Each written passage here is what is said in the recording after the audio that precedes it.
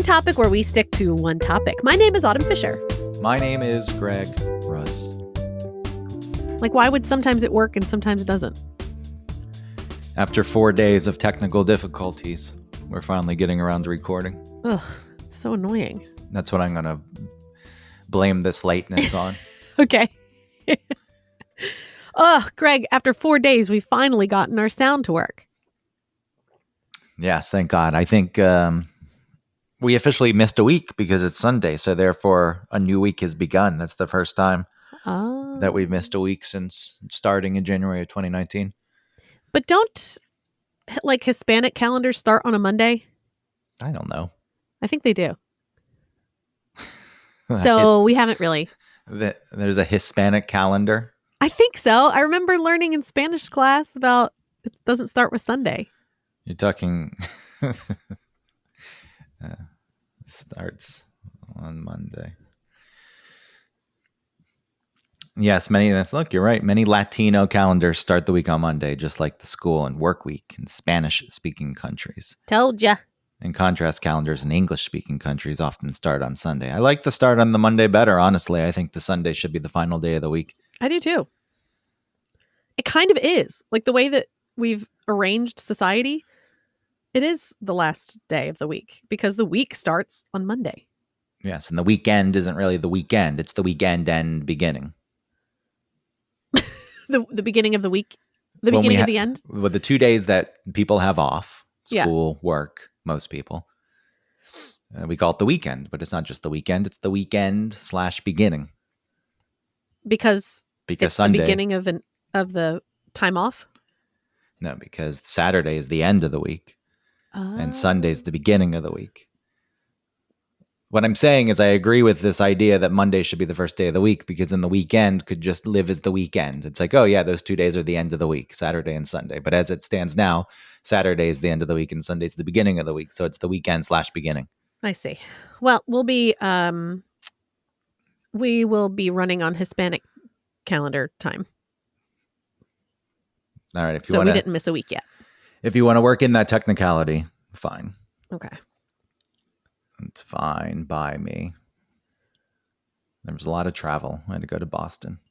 Yeah. Where have you been in the last 2 weeks? Last 2 weeks, nowhere. Boston. I thought you were in, when was Helsinki? That was the beginning, sometime in August. Oh, I thought it was like 2 weeks ago. If you'd like to track my travel for the year, this is the way it's gone. Okay. St. Louis, back to New York. Savannah to Coffee County, Georgia. Coffee County? Back to Savannah, fly to Atlanta, stay there for a few days, back to New York. San Francisco, back to New York. I throw in the extra legs because sometimes on work trips, I add an additional flight. If I'm close enough to Atlanta, use it as a reason. Oh, you sneak over to Atlanta to get into the city. Yeah. Miami to Atlanta to New York. That was one. Helsinki. Boston. London next week. Wowee. What am I missing? I'm surely missing something. World traveler. You really are. Are you enjoying it? My wanderlust will never be satisfied. People seemingly have gotten away from that online. Talking wanderlust? Well, here's the thing. I'm not on online dating anymore. Haven't been for a while, but that was a big thing on dating apps. People would talk about their sense of wanderlust. Oh. Like, shut and Wunderkind was popular for a while too. Not on dating sites, but just using it as a phrase. And then they just have pictures of themselves petting a tiger or riding an elephant. Look how original and traveled I am. No, you're just like everyone else. Every other fucking idiot has that same picture. Not so special. And the fact that you're talking about your wanderlust. I can't even say it normally. I have to put that inflection on it because it's such a dumb fucking word. I know that there was a reason for it, but the fact it was hijacked. Anyway, what are you asking? Hold on. I don't think you say wonder in German like that. Do you? it doesn't. It has a separate definition. I don't know if it's really. It's not. It's just a strong desire to travel. I think you're thinking like wonderment. That's not it. No, Wunder. Yeah, think of wandering. No, I know Lust. it. I know it's wanderlust. I know it's your lust to wander. You're just talking about the pronunciation. Who cares? I hate the word. I'll Okay. mispronounce it all day. I'll say wanderlust, and then I'll use the German version of the W. And point is, people who put it out there as if it's something that's desirable and a trait, fucking idiots. No, it's not. It's not. Wanderlust is Fernweh. My strong desire to travel. Yeah, your travel is. People hate tourists at this point. There's so much tourism going on that people can't fucking stand it. In Spain, they're shooting them with water guns. They go. Oh, I saw that at cafes. I mean, which is kind of shitty. It goes two ways. Spain's economy isn't the best, and if a lot of their economy is built up on tourism, you don't really want to. If you're working there, you'd be like, "Hey, don't do that." Yeah, you don't really want to destroy that. But I also get the. I live in this city, and now this city's main economy is tourism, and it's catering to the tourists and not giving me basic services like a grocery store I can go to. Sure. That's an issue. Absolutely. And then the destination itself doesn't even become the place that people originally wanted to go to. It becomes a Disney World. Yeah, that's my problem with visiting a place like New Orleans. Is I don't know how much authenticity there would be unless you go with somebody that knows the area and can take you to cool places. Like, I don't want to go. I don't believe that someone playing like a clarinet on the street is really there for themselves. It's like they're put there by the restaurant or something so that you can, you know what I mean? Or by like the tourism board. Like, yeah. I don't think they're an authentic busker. You think they're a hired busker, a hired gun. Maybe. No, I mean, you're right. I'm sure that I just don't trust it. Maybe it is. Maybe it really is somebody doing that, but I don't know. Well, it creates this whole strange economy within itself where the buskers then compete for their space. And if somebody else comes into their, like, let's say on their corner, they'll like fight them for it. Yeah. It's like, this is mine. There's no legal document that says this is your space. Sure, you tend to use it, but somebody else. That happens in Times Square. And I was talking the weird, like the scary Elmos and stuff. Yeah, they get very territorial. Yeah. If you walk into their territory, they will attack you. Like they usually don't operate solo, so there's like a group of them. Sure. And they're rival factions, and it's the new West Side Story. Think of the gangs dressed up as Marvel characters versus Sesame Street. Right. And the Marvel characters are kind of, in for like a little bit of an older crowd, and the Sesame Street ones are for the younger crowd. Oh, and then maybe there's like the Disney people too, like weird Mickey. Yeah, and the sad matted Minnie. Yeah, it's covered in soot. Even though New York's air quality, well, not the best, isn't like 1940s Pittsburgh with the steel mills, but for whatever reason, Minnie's got a bunch of soot. Smeared across her face. I don't know. Just because they can't keep that stuff clean. It's just filthy. My concern with New York is, since COVID, not as many people come into the office, and Midtown, downtown, these were the business districts, and they used to balloon in population by over a million additional people, if not more, during the day. And the businesses around there would cater to workers. There's still amenities for people who live in those areas, but as fewer people come into the city, tourists are going to be the main source of revenue in those areas. So my fear is they all turn into like a Times Square type of thing with shitty gift shops. And I hope not. I hope not. I hope not too. I mean, Times Square is already like that, because what's to do in Times Square? What businesses are operating in Times Square besides like the ticket thing? Well, because you have And hot dog vendors. Well, you have the theaters around. Sure. They're all around Times Square, so that's a legitimate business. Not to say that those gift shops aren't. That's a legitimate business. It is, but it's not doing anything for anybody that lives there. Does anybody live in Times Square? Close to Times Square. In Times Square itself, I don't know. There used to be apartments. There could still be a few apartments there. Yeah. I think with the way they've built around there, who's to say? There's so many strange little buildings in New York, or big buildings, and even sometimes within those buildings there's mixed use. So I couldn't understand who would want to live in Times Square. Oof. I guess if you need to live somewhere, I guess. Yeah, but it wouldn't be cheap. Like if Times Square was like, you're going to get this really cheap because nobody wants to live here, that would be one thing. But I guarantee whatever apartments, if you go off on one of the side streets, talking about where 7th Avenue intersects Broadway, that to me is Times Square proper. But, the area is Times Square.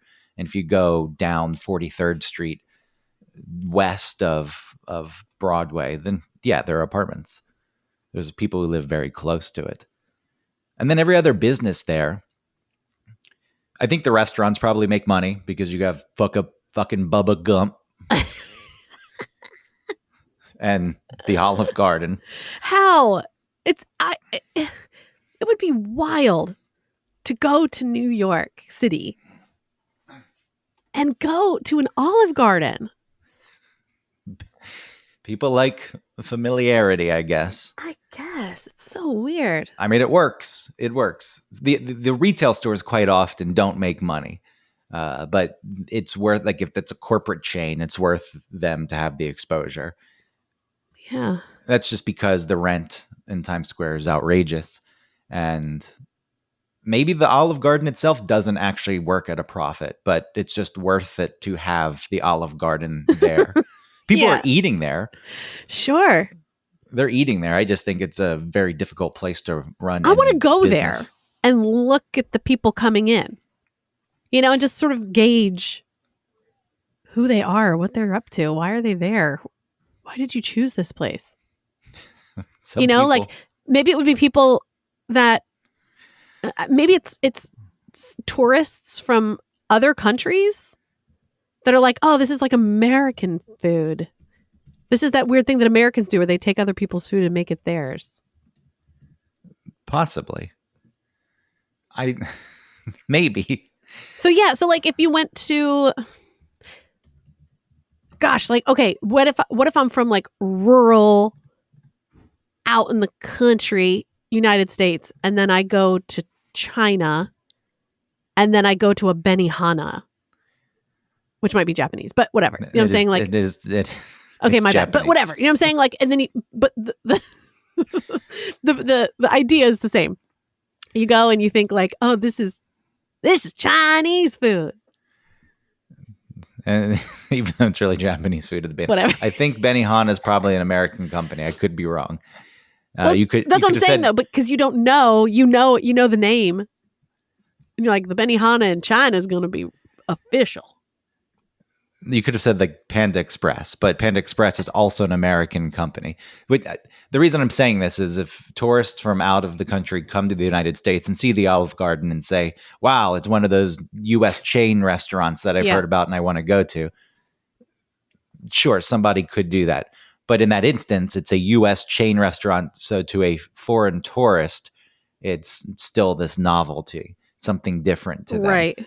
Whereas those are the only people that can be going there. Whereas if you went to China and you saw a Panda Express, that wouldn't be a Chinese chain restaurant. That would just be an American chain restaurant operating in China. And you'd say, I have this shit at home and I'm going to go eat this because I know what it is. People, they know what they like. Yeah. And even if they don't like it, they're familiar with it.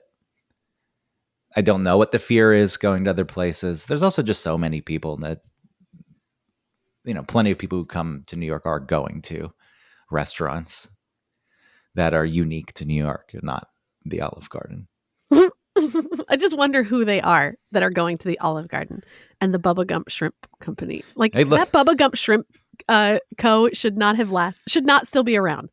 It should be like, hey, it's a cash grab. It's from the movie. This is going to be hilarious, and then we're going to make all the waiters tell all the shrimp. We're going to make them learn all the ways to make shrimp, and it's going to be so fun. And then it should have ended.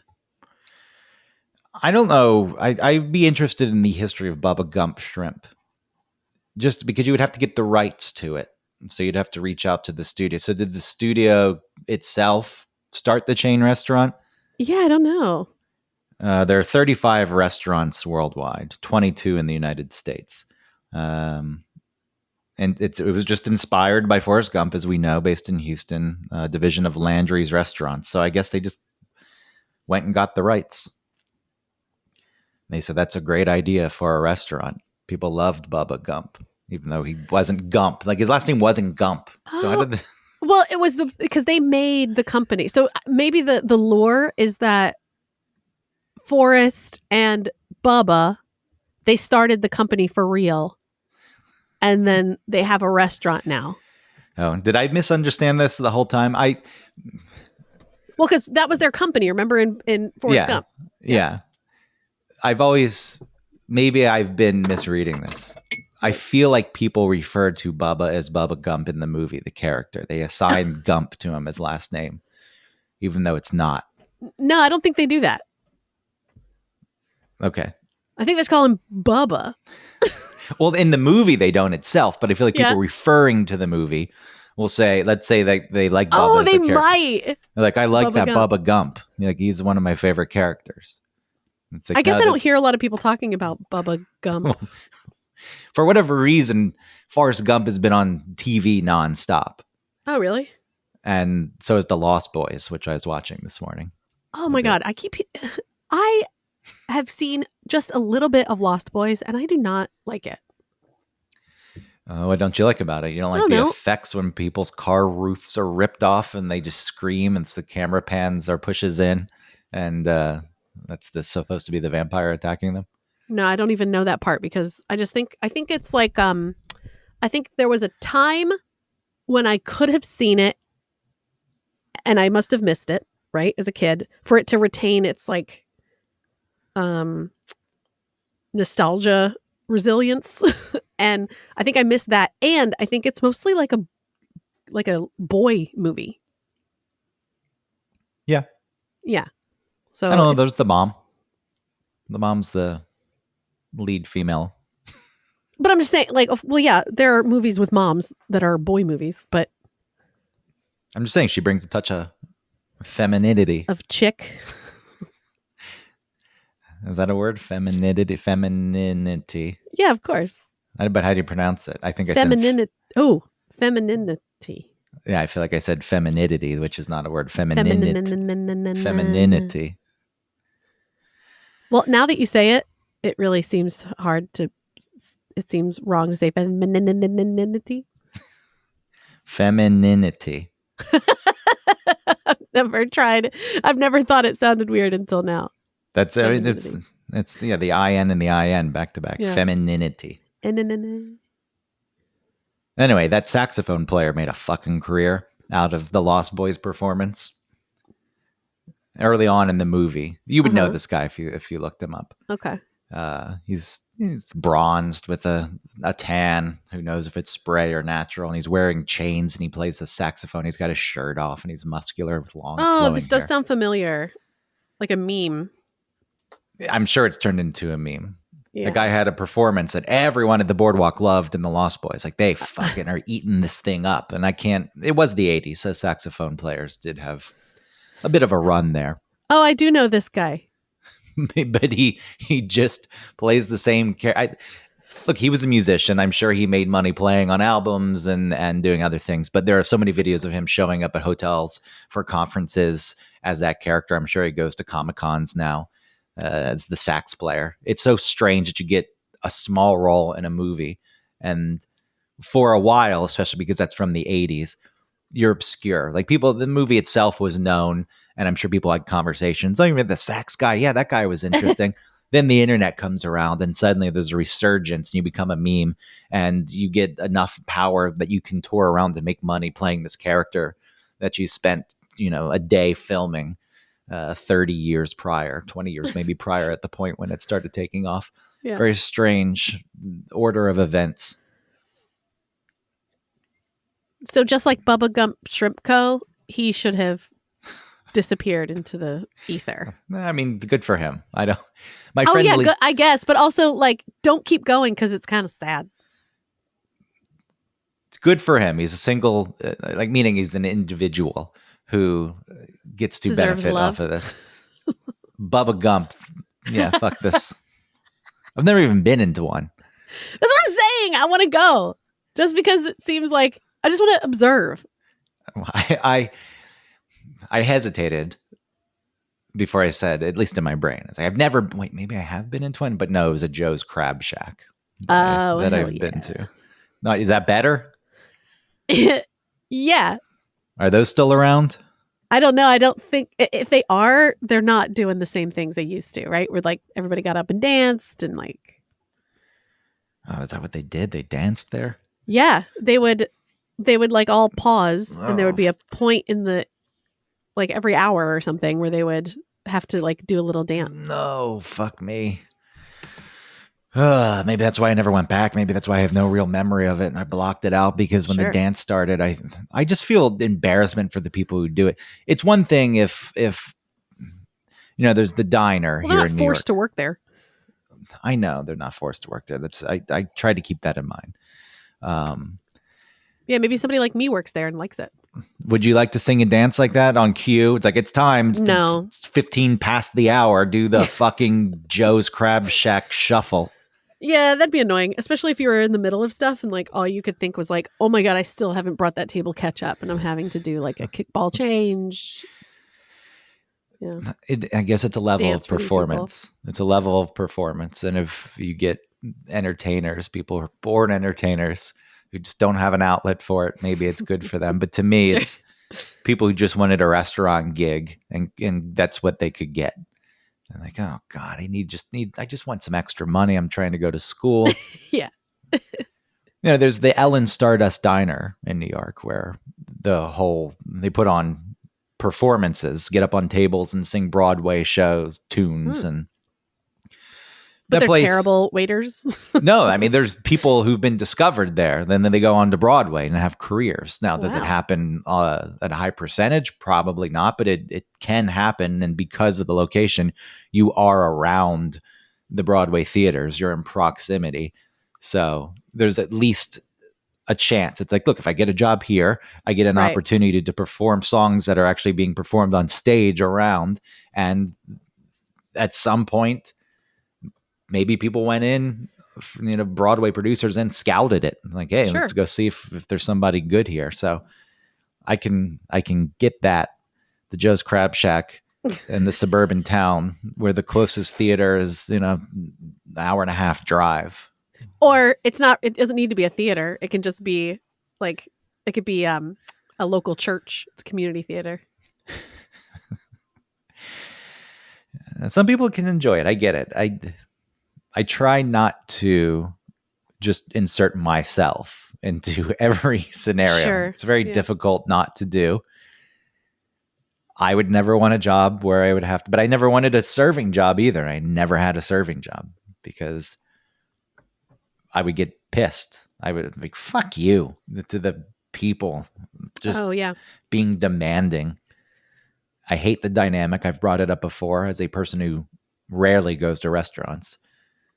Part of it is I don't like being served. I don't like the dynamic that it creates. You sit there and as a patron, you have some little bit of power. And then some people really abuse it. What I like to do is I fan out the tip in dollar bills. And as the service diminishes throughout, I start taking $1 away at a time. Does anyone? Yeah, I don't know if people really do that. That's so shitty. I've seen it several, written. I feel like it would happen at like a strip club for some weird reason, because it's like you'd probably feel a little.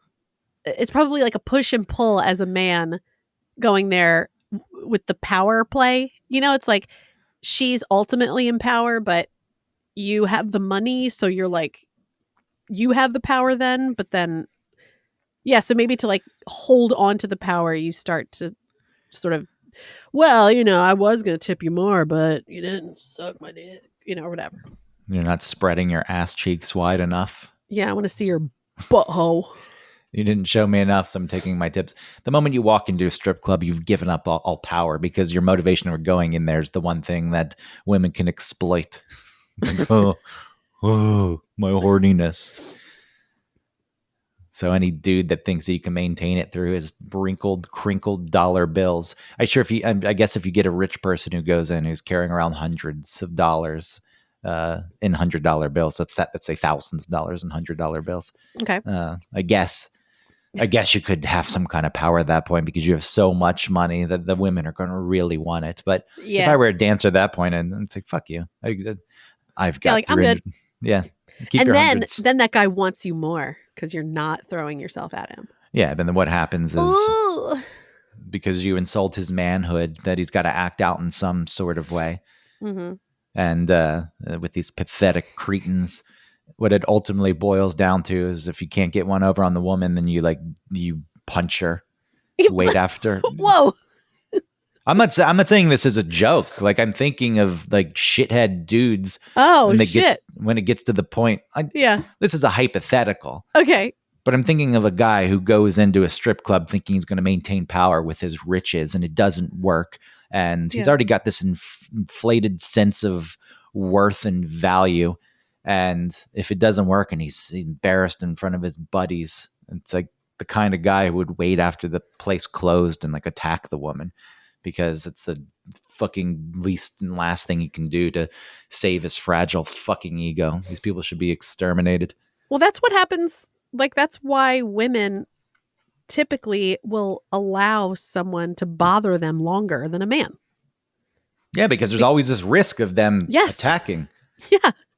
Like them waiting for you afterward. Like you think the interaction's over and that you've won because you've gotten them to go away, but instead they're just like plotting or something. Like you don't know. It's scary. I feel like once like in sexual circumstances, you hear stories where the woman is giving consent at first, but maybe the guy becomes a little more aggressive or something just changes. And it's like, I don't want to do this anymore.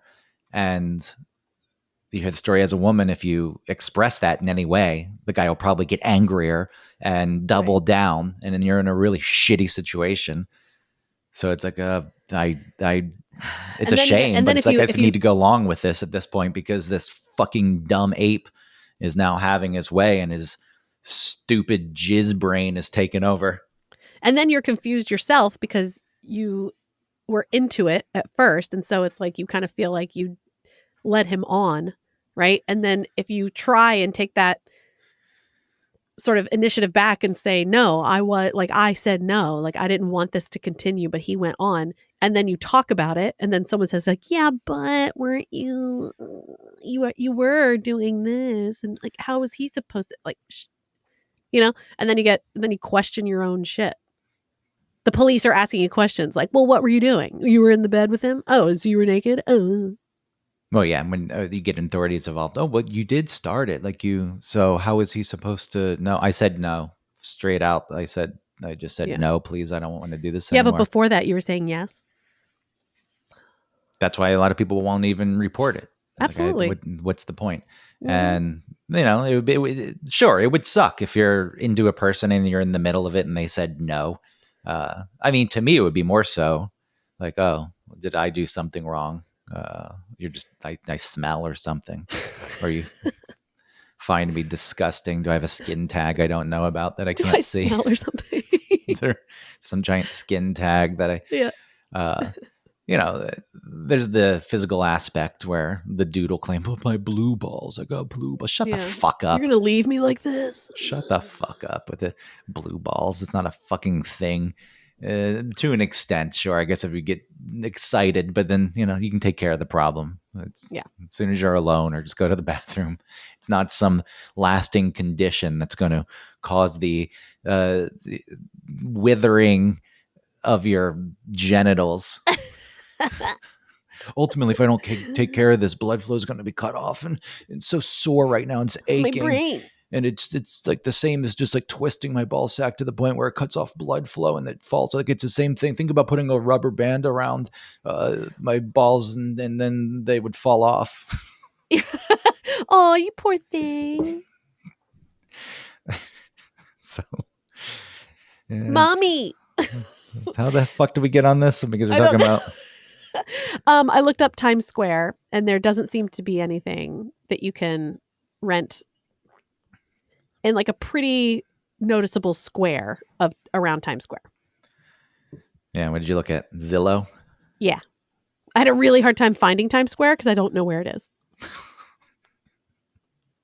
I mean, I laugh. I don't know the geography of other cities. Right. I just feel like I was like looking south. I was like looking at I was like, no, I don't know. I feel like having a basic understanding of New York, coming to New York a few times, then you can kind of figure it out. And like, oh, okay, it's an easier city to figure out than other cities. Let's Oh, say. sure. Well, it's all gridded, which is really nice.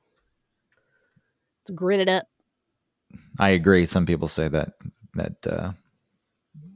detracts from the appeal. Why? They like cities like London where you're like, all right, I'm on this. I need to get here. I'm on this street. I'm going south, and if you don't pay attention, the next thing you're somehow going northeast because the road meanders. Oh, Like, I don't. When did this turn? How did this happen? interesting. Yeah, I'm curious. I will go to the preferred New York City rental app, Street Easy. Street easy. Let's see, do Times Square. They probably get no searches. Times Square. I would prefer it to be the porn theaters and the pickpockets. At least there's some culture there. Is it culture that is appealing to most people?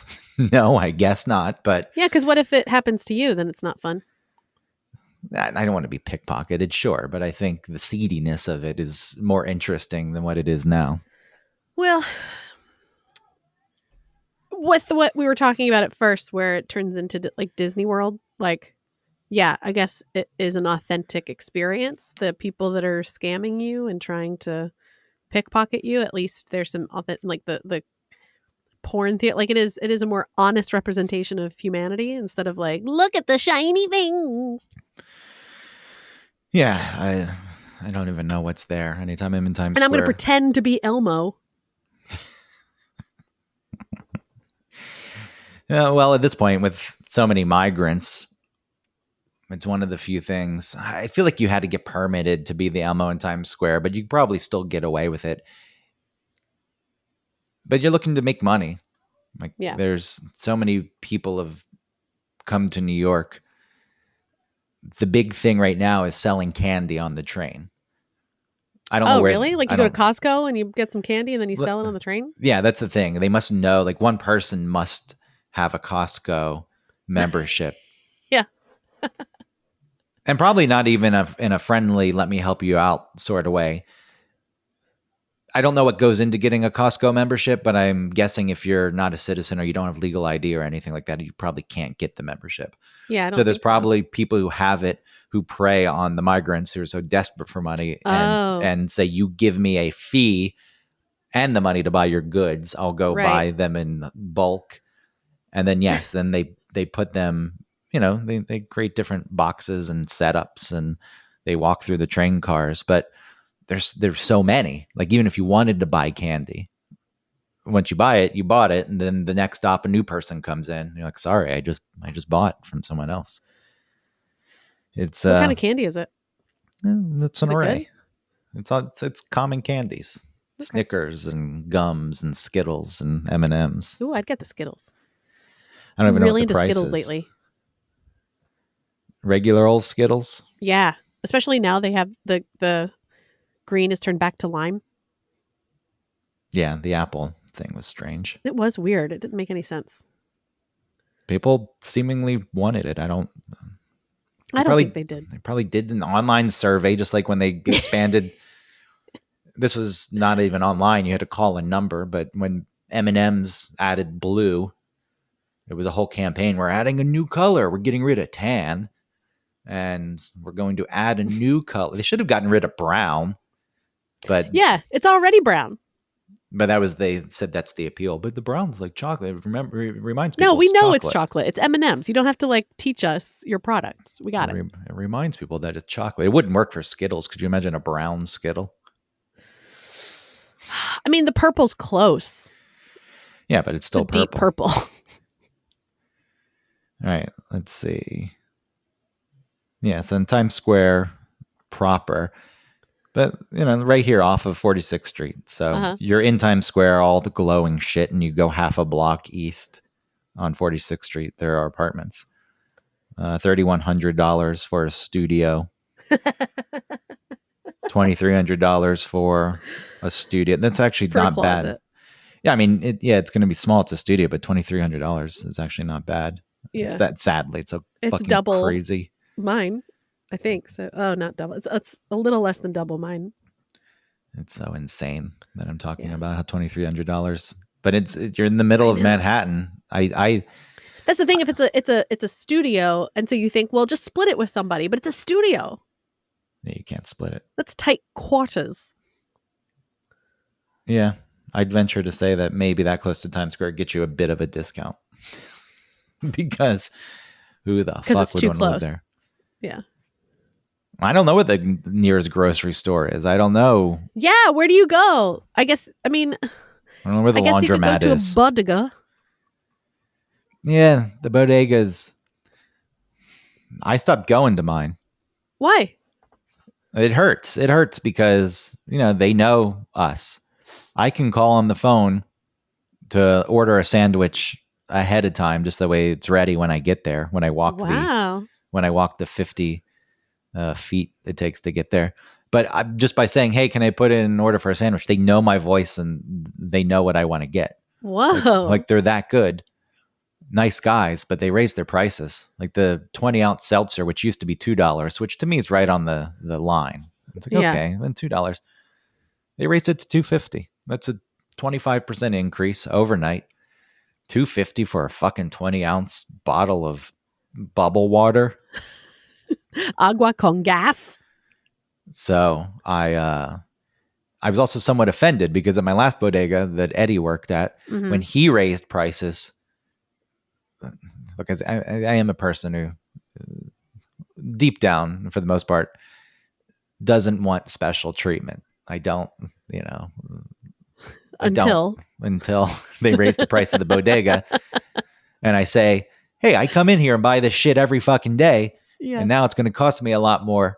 And Eddie didn't raise the price. He gave me the old price. He let me keep the old price, and they didn't extend that here. And one day it was $2. The next day it was $2.50. They didn't even say anything about it. The guy just cited here's what happened the first time. I went up with like 4 seltzers, which would have been $8. And the guy said $10. I was like, what the fuck? $10? I didn't ask anything. I just assumed. I assumed that maybe it was a mistake because this was a guy who wasn't normally working there. Maybe he was just charging more, so I let it go. Like, sure. Okay, fine. Next time I go in, the guy I know is working. Same thing. I bring up 4. He's like, $10. Like, 10 fucking dollars. What the? And so now at this point, I know that they've raised the price. And I say, actually, can I switch out this flavor for a different flavor? He's like, yeah, sure. He's like, all right, here's the money. Here's the $10. I go to the back. I grab an additional one. Oh! I take it because I'm still, in my mind, saying, I'm going to pay the $2. And if you took $10 from me, I'm getting 5 of these things. So I took 5. And then I told, won't let you come in? No, they don't. They don't even know. They don't even know that I did that. But then I told Christina that we don't go there anymore. They actually own 2 stores pretty close. It's like, I'm not going anymore. I'm going to the grocery store and buying things at a much cheaper price. So that's what I've been doing. Wow. Going to the grocery store and paying. I don't know how to feel about that because it feels so petty, and that you stole, but also like, yeah, save money. Go to the grocery store. That's the thing. You even at $2, I was paying more than the grocery store, but in my mind, it's like, all right, the convenience of being able to run out and be home in a minute and get what I need. I'll pay the additional cost. Now with the additional 50 cents thrown on there, 25% Woo! increase overnight, Uh-huh.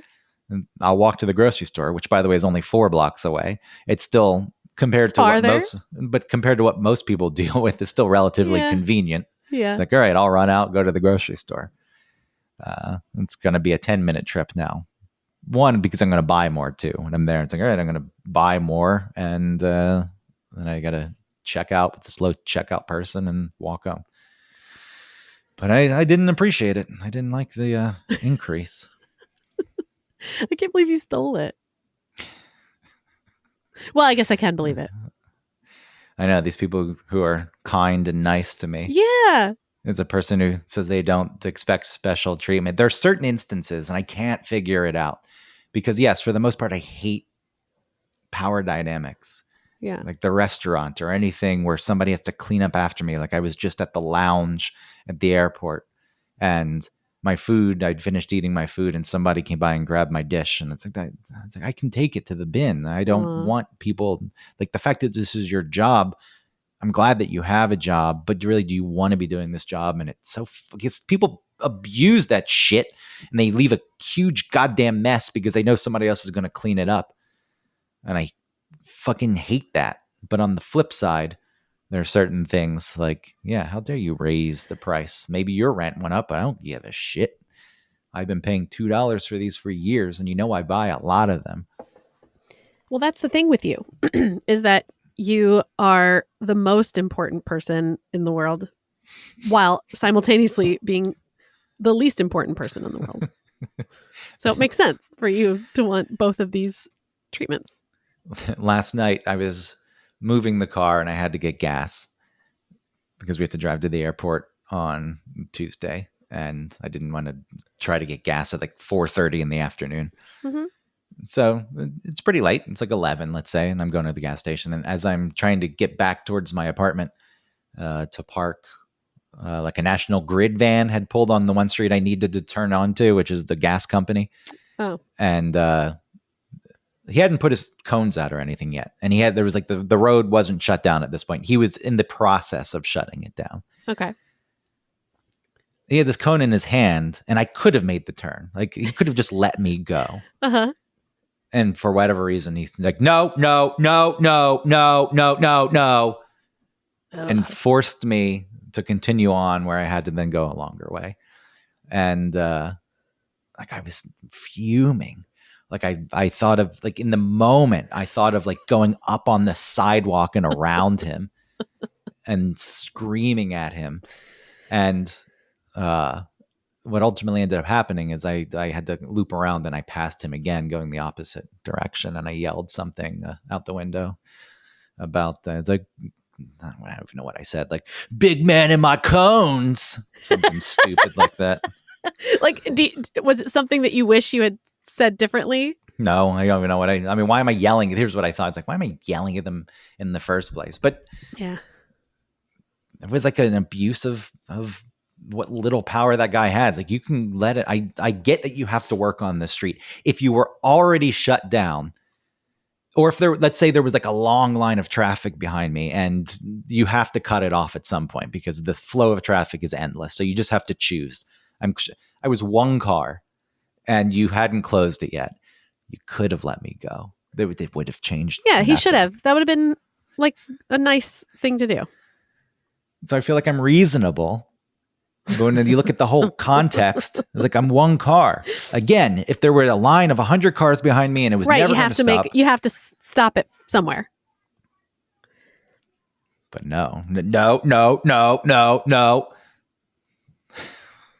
I'm so angry. You yelling out the window reminds me of two things. One, the reason why I asked if you regret, like you wish you had said something different, was one time I was getting made fun of, like sort of bullied in a science class. I was a senior and they were juniors because I had messed up my freshman year where I'd like failed a math class. And so I had to take math and science my senior year.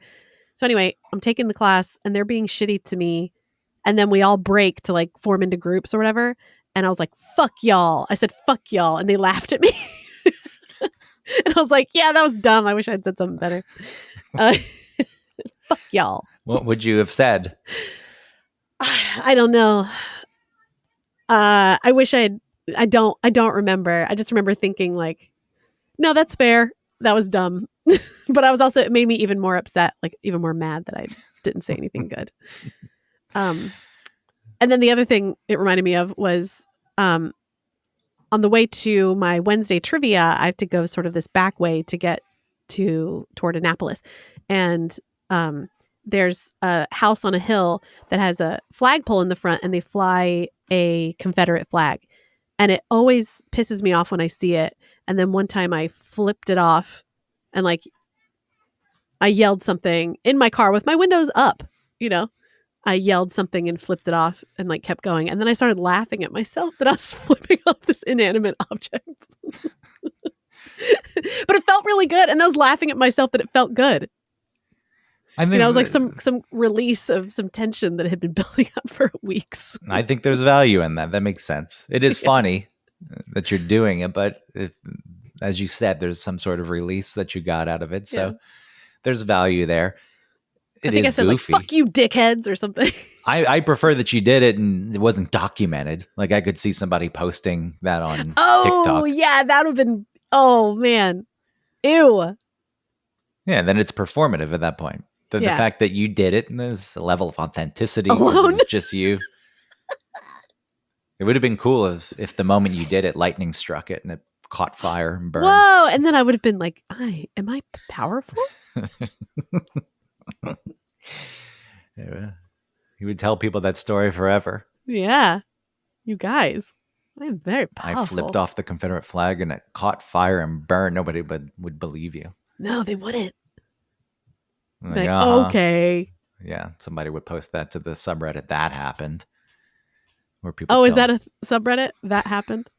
Yeah, I like all the different weird subreddits that I just come across. But that happened is where people take screenshots of things that people have written online that are like improbable stories. And my 3-year-old speaks Mandarin. Yeah. And then everyone applauded. That's how it always ends. That happened.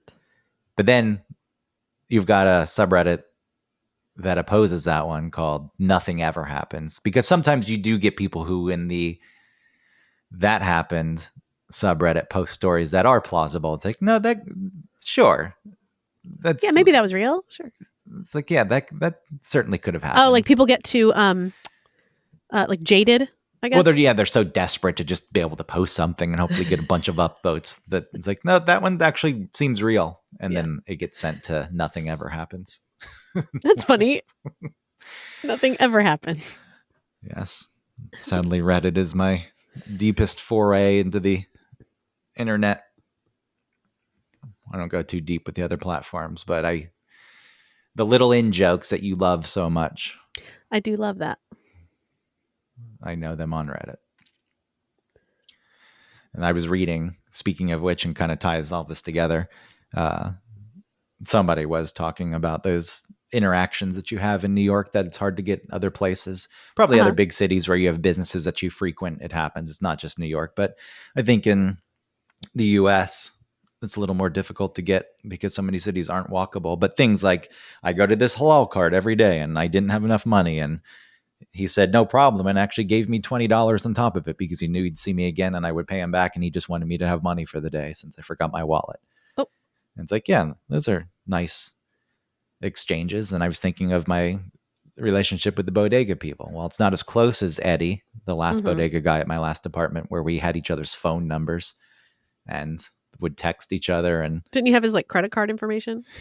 I did at some point because his cash register broke and he really liked the model, but it was a model they no longer made. So I had to go find him one on eBay and he gave me his credit card info so I could order it for him. Why couldn't he order it? I don't know. He's not inept. Yeah. He could have fucking figured it out. I don't know how to run eBay. It's like, you can figure eBay out. Yeah. But anyway, I did it. It was a nice relationship. But this one, again, where I would call and every time you go in. Yeah, they knew you. Yeah, anytime you go in, they're so friendly. Like not just the guy at the register, the deli guy, everyone says hello, but the fucking price. Well, it never ends. It doesn't stop going up, does it? Well, their costs went up too. I don't fucking give a shit. I mean, that's true. Money. How do you offset that if you're that business? You and can't. not like if it was you, because you want to be treated like you want to be, like you're going to treat the customers maybe how you'd want to be treated. Like if there was a guy that came in all the time and ordered the same thing, but then you had to raise the price. And how would you offset that? You can't. I get Yeah, you it. can't. I understand the way it works. I don't know the driving forces behind their price increase. The fact it happened at two different stores at the same time makes me think it's not directly tied to rent. But why not? Because they're right next to each other, right? So They're wouldn't it down. be They're that? different. The different down the like a block away from each other in different Uh-huh. buildings.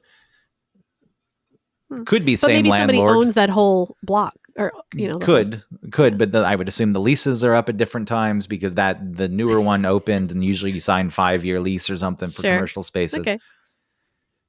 I understand they're running a business. Yeah. I think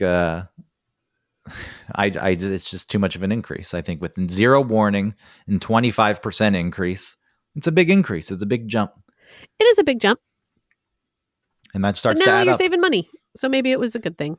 With the amount I would go in there every single day. You just stop by and you buy whatever drinks you need for the day. You don't keep them stocked up at the house. You just buy what you need as you go. And that will, at the end of the year, let's do some quick math. Yeah. If you're, how many are you buying for a day? Yeah. I mean, it fluctuates some, but let's just say average of 4 a day. God, you need a soda stream. So 4 a day, it's $10, and let's just not say every single day. So let's just say 300 days. Right, so that'd be $3,000 a year. You think that's funny, huh? Yeah. Wow. But that's an additional, with that 50 cents, it's an additional $600 because did I do that right? Maybe I did that wrong. Because it would be $8 a day times 300, $2,400. Yeah. So that 50 cents adds on $600 a year. Mm-hmm. Fuck them. I have this idea that we don't go in for so long. They're used to seeing us because I told Christina, it's like, Where don't have you go in been? there. Yeah. And I say, your prices got too high. Started shopping somewhere else. That's what I want to say. That's the exchange I want to happen. And then what do they say back? Probably nothing, and nothing changes. Oh, but that will feel good. Yeah, that'll feel good. Okay. I think that'll started I hope shopping. that happens for you. Maybe they say, oh. Hopefully they start to lose money. They raise the prices to make more and they money. realize, like, where are, you know what? Oh my gosh. And then they're overstocked with seltzers because they're so used to selling so many. Exactly. Like, we don't know what to do. This is not going the way. We're losing money. We've got this overstock of seltzers. Despite the price increase, we've lost $2,400 a year. What's happening? How did that happen? And like, it's because you pushed it too far. Too far. To bring this back to the top of the show, I think $2.50 has always been the price you pay in the touristy areas. Maybe even $3 with the price gouging. Oh, so you're used to that. I just think when you get into a residential neighborhood in Brooklyn, that price does not belong here. That's the price of Times Square, Manhattan. You want to charge the tourists $3, $2.50 for a fucking soda? To me, it feels like a fucking airport or a Six Flags. Yeah, they're willing to pay it because they're on vacation. They don't know the area. They're like, whatever it costs is what it costs. We're on vacay. Yeah, if you bring that to my neighborhood,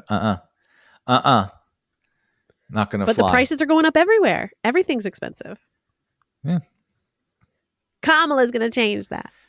Well, that's why. And I hate it. I hate it. But Amazon will have to be the ultimate choice where they deliver Amazon Fresh and you get everything at a cheaper price and it shows up at your door the next day, sometimes the same day. Wow. I'm not happy to give Bezos more money, but if that's what it takes. I know. It really is like Walmart. Well, not anymore, but it was like Walmart. Where it was like you could try and ban Walmart or like a boycott Walmart all you want, but there were just some things that you had to go to Walmart for. Now it's not like that as much, but it used to be like that. I think Walmart in smaller towns in certain suburbs, it's still like, that's the place. Yeah, you're right. Where you live, there's a lot of options, and There there's are a a lot of Target. options. I know Target will supplant Walmart any day. No way. It'll always be classy.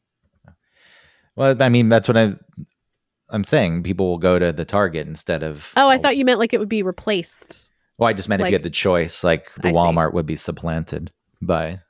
I guess I don't know what supplanted means. I think it just means replaced. Oh, I thought it, well, replace, right? So that means, oh, okay. So I'm thinking of it as like it will turn into what Walmart is now, where it's like crappy and gross. Yeah, I just meant if you had a town where there's a Walmart, Right. then they built a Target. The Target would supplant the Walmart. It Got it. would become the place that everyone went. I could be wrong. Yeah, I don't know. At the Walmart's at the end of the disgusting. day, though, this is what. So the store's prices At are the end of the going day, up. you get nothing for nothing. The prices are going up. Amazon's going to be what I use. All the stores are going to shut down because they're not going to have any business. Uh, then I don't know what moves in. Probably nothing, and it gets boarded up. Actually, it goes to. I It was turns going into a to. dress barn or a Halloween store, I guess it could or it go gets on. built, or it like gets divided up and turned into two stores. Well, they're such small spaces anyway to begin with. I'm talking about the bodega, like here, not like Oh, the bodega. Sorry. yeah. I'm not talking about like the Walmart. When those places shut down, yeah, there's nothing you can do with the space. It's like, okay, Yeah, that's a it might turn into a giant. gym. Sometimes they turn into gyms. It makes sense. Yeah. There's only a few things that can go in there. Even dividing it up is a strange endeavor. I was here thinking about the future of New York, though. Either the prices continue to go up and it becomes increasingly a place for the rich and tourists. So Mm-hmm. those are the two things that you've got. And it just becomes a shell of its former self and fuck this place. Or uh, things get so expensive. I guess rich people still pay the expensive prices for the local stores, but they get so expensive that everyone starts using Amazon and delivery services that all the stores shut down and shutter and Uh-huh. nothing takes their place. So then blight sets in, which actually Mm. lowers property values and all the pussy white people flee and the crime goes up for a bit, but things become a little more affordable again. And, you know, that grime and crime that I like so much Uh-huh. sets back in. Okay. And And then then you're in. yeah, so maybe Amazon in a weird way could be the savior. Wow. This is like a delicate ecosystem. Which way to steer it, but we still got to. I'm not opposed to tourists. I think I mean, they can be an important part of an it is. economy. I think it's nice to live in a place that people want to visit. Yeah. It's like, oh, and because New York's always done a good job of not turning into a place that super serves them outside of, you know, certain pockets. But then, like you said, the pandemic, and then things kind of closed up. We'll see. People stopped working in town. And so, well, what are we going to do with this area? But it also, as much as I didn't like Airbnb, because I do, with the laws that were in place with Airbnb, where in New York, it was always a law. You can't rent an apartment for less than 30 days. Short-term rentals were not allowed unless you have a hotel license. Okay. So landlords couldn't have apartments that were Airbnbs, but assholes would come in and rent apartments Right. and turn them into Airbnbs. And then you would have fewer apartments in the inventory for people who live here. There's already a housing shortage. So while I'm a person who has used Airbnb and enjoys the experience of going to a new city and staying in a neighborhood and not the centralized business district or whatever to see what it's actually like to live there. Mm-hmm. You know, I hated Airbnb, at least in New York. But so they effectively shut it down. They put in such strict regulations that most people can't rent out spaces anymore. And now hotel rooms are fucking $600, $700 a night. So who's coming to Yeah. visit New York except for fucking rich people? So the whole thing is a fucking mess. I don't know where it goes. So many things are a mess. And then we're back to how we always end up talking about things being a mess. But there was a world before Airbnb, and yes, hotels in New York were always going to be more expensive, but it was affordable on some level. It was, I can make this work. It's like, that's more than I'm used to paying for a hotel, but it's not so outrageous that, you know, we can make this work. We understand it's going to be more expensive to go visit. I don't know. I don't know where any of it leads. I hope it's if the two choices are a place that's only for the super rich or Hmm. New York of the 70s, bring back the 70s. Well, certainly the New York of the 70s would be a more viable option Bring back because at Fear least it would have a City. place to go, right? But like when it's just something for rich people, that's all it's for. So there's no growth, right? It's just there. Yeah, a place where two people make $230,000 a year, and it's like you can't really afford much. You want to buy a place, not with that kind of money. It's like what the Oh fuck? yeah, no, buying a place is out of question. Like What the? for a huge amount of people in New York. If you told me at some point it's like a combined income would be 230, I was Uh-huh. like, what the fuck? What did I do with my life? That's amazing. I did Yeah. something. I did something right. It's like you're not getting much with that. Does it make you want to move? No, I don't know if it's much better anywhere else. Like, sure, you can move somewhere and find a house. I get that, but Yeah. uh, as we've talked about before, this is an issue. Housing costs are an issue across the country at this point. It is, but if you made that much money and you lived in Crofton, you certainly would be owning a home. Yeah, I think what would make me want to move is what happens to New York, like the culture of the city. Yeah. And that would correlate with the housing prices. So it's already ridiculous, but the truth is I could probably go back to Bushwick, the neighborhood I first lived in when Uh-huh. I moved here, which it's fine. It's not my favorite neighborhood. At the time, it was like cool hipsterville. And outside Okay. it was secondary. Williamsburg was the cool hipsterville, and Bushwick was auxiliary to that. But it's also a traditionally like Puerto Rican, Dominican neighborhood. And I moved there because we got a really good deal on rent, and I wanted to respect the fact that it wasn't a white hipster neighborhood, even though the people there were forcing it in that direction. I just feel Oh, like we're making it like sort of gentrified. it's like people live here and they Right. continue to live here, and I know that just by It's not like, living oh, here. the hipsters discovered it.